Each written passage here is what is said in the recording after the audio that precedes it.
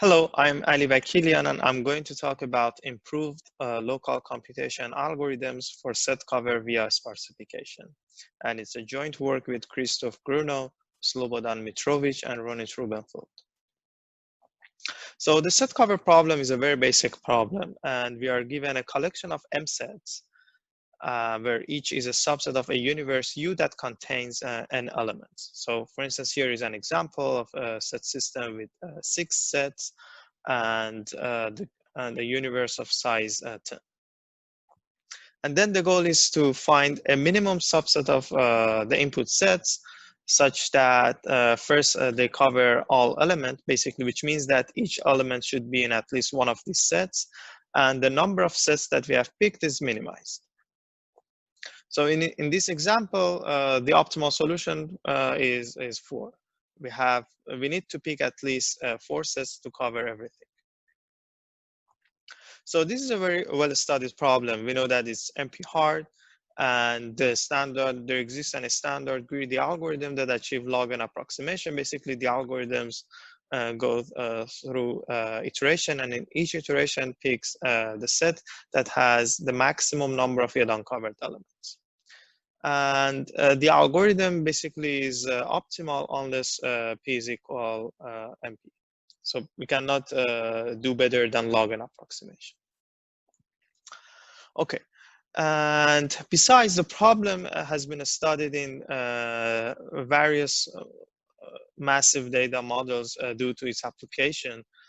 For instance, it has been studied in sublinear regime, in a streaming model, and etc. But the motivation here for our work is the scenarios when the output of the set cover itself is large. Okay, so in this case, we would like to provide some sort of query access to the solution so that the user can basically ask for a specific set and check whether the set is contained in the solution or not. And in order to achieve this type of guarantee, we assume that we have some sort of the probe to the input. So basically, we assume that we can ask for the jth element in a set, or ask for the ith set that contain an element e.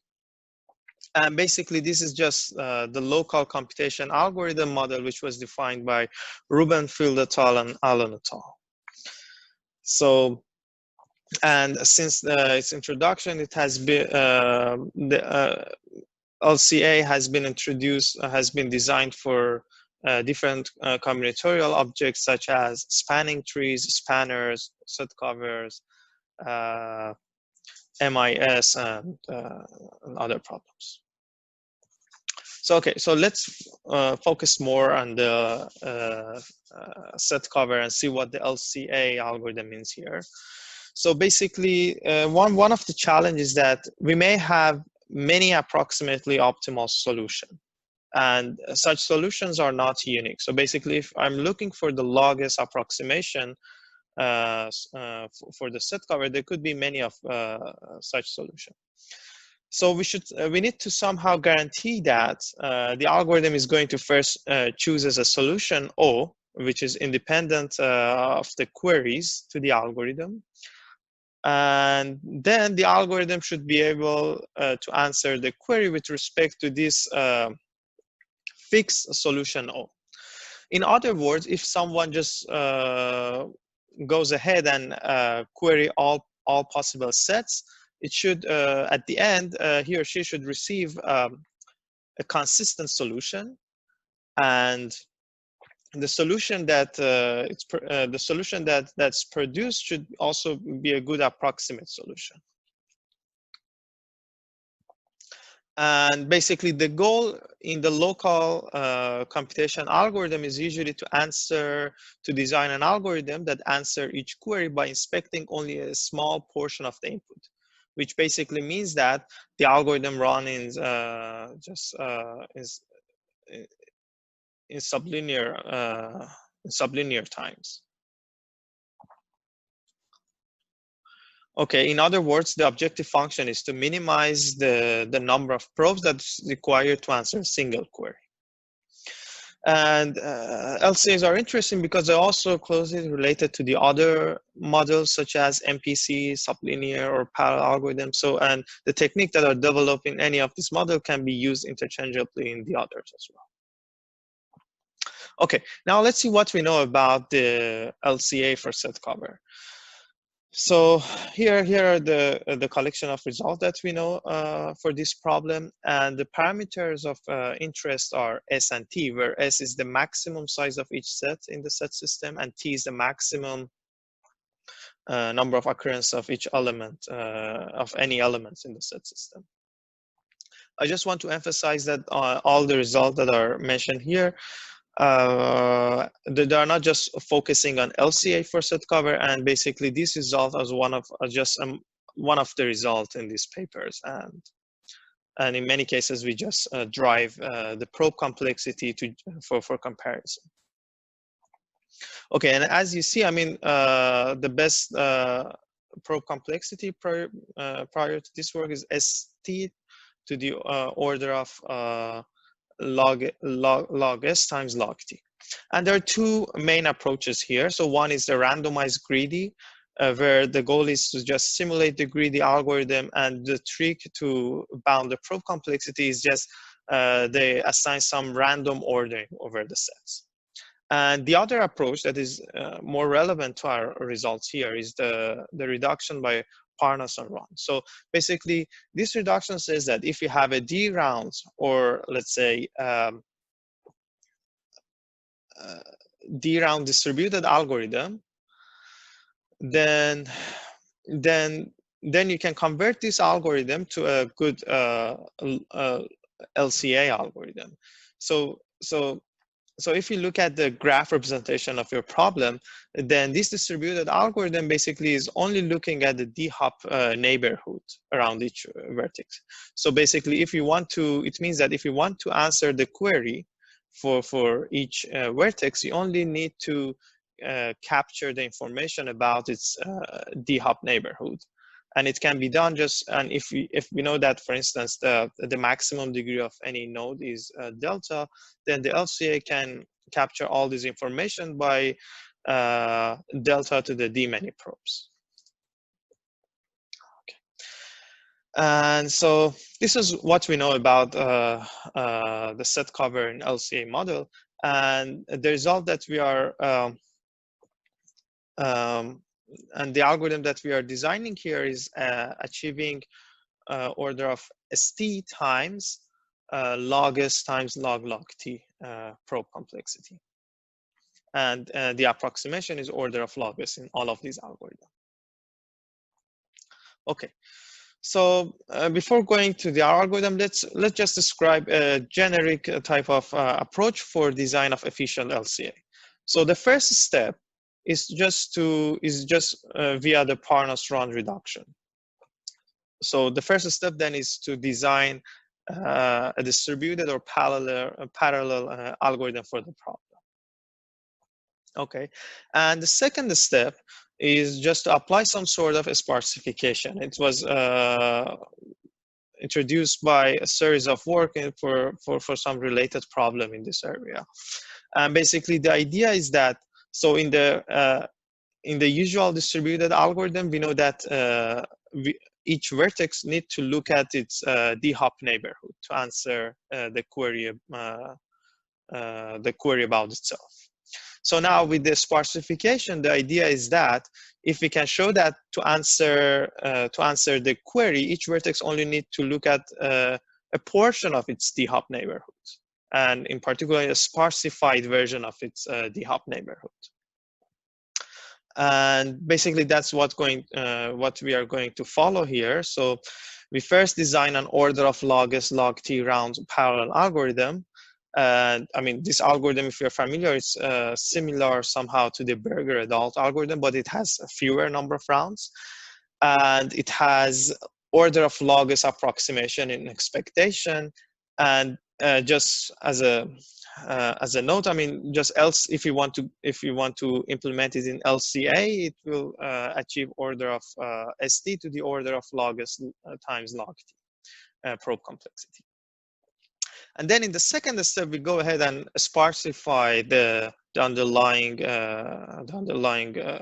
graph of the set system and achieve the advertised bound. So basically, we get order of log s approximation in expectation, and we design an LCA algorithm that has probe complexity ST to the order of log S times log t. First, let's see how the parallel algorithm works. Basically, it's just a relaxed variance of the greedy algorithm for set cover. So it goes through log S phases, and each phase has log t iterations, where in each iteration, we check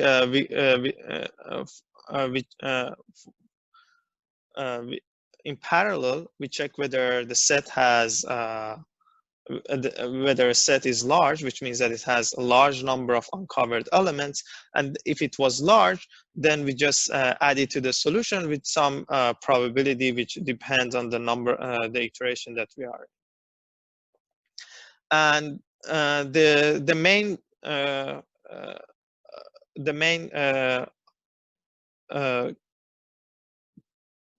ingredient in the analysis is to show that at each phase, the expected number of sets that are added to the solution is order of opt. So I'm not going to describe the analysis of this algorithm, and you can just see the paper for the full analysis. And then here, I mean, just as a warm-up, let's see how we can implement this algorithm in LCA. So in order to do that, we introduced two internal type of oracle, which one is a set oracle and the other one is element oracle. So basically, set oracle receives as input set S and round R, and then its goal is to check whether S is added to the set cover at the end of round R or not. And similarly, element oracle receives an element E on round R, and its job is to decide whether the element E is covered at the end of round R or not. So let's see how we can implement them. So basically, the answer to the set oracle is yes, if either the set is added to the solution at the end of round R minus 1, or it's added in round R.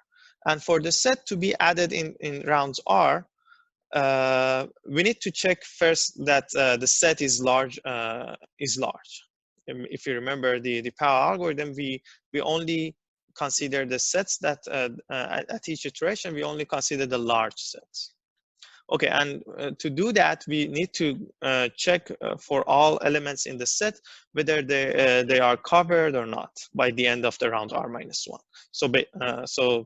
So you see the number of oracle calls that we need for this purpose. And similarly, for the element oracle, to decide whether it's covered by the end of round R, we should first check whether it's covered by the end of round R minus 1. And if it's not covered, then we need to check if any of the T sets that contain the elements E are added to the solution by the end of rounds R. So basically, we need T calls to the set oracle for the sets that contain the elements E. So if we do the calculation, basically, to implement the oracles in rounds R, we need order of ST calls to the round R minus 1 oracles. And basically, since we have order of log S times log T iteration in the parallel algorithm, then the probe complexity will be ST to the order of log S times log T. Okay, so now let's see how the sparsification can help here. So if we look at the set oracle, to check whether the set is picked in rounds R, we needed to check if it's if S is large in these rounds or not. Basically, we need to estimate the number of uncovered elements in set S in rounds R. And basically, to do that, we can just do this estimation by sampling polylog of S and T, many elements in the set S. So basically, instead of looking at the whole elements, we can estimate the number of uncovered elements by just sampling a bunch of elements from S. So that's easy. But it's a bit, but it's more tricky to get rid of the T and basically sparsify the number of sets that we need to consider for each element. And so here is the high-level element of sparsification in our algorithm. So for this purpose, consider the first phase in the parallel algorithm, and suppose that we split it into two subphases. So a useful observation here is that after the end of the first subphase, each uncovered element contained in order of a square root T large sets. And the reason is that because at the end of iteration log T over 2, each large set will be added to the solution by probability 1 over square root T. So if an element is in more than a square root T times some polylog, then it will be covered by the end of this iteration.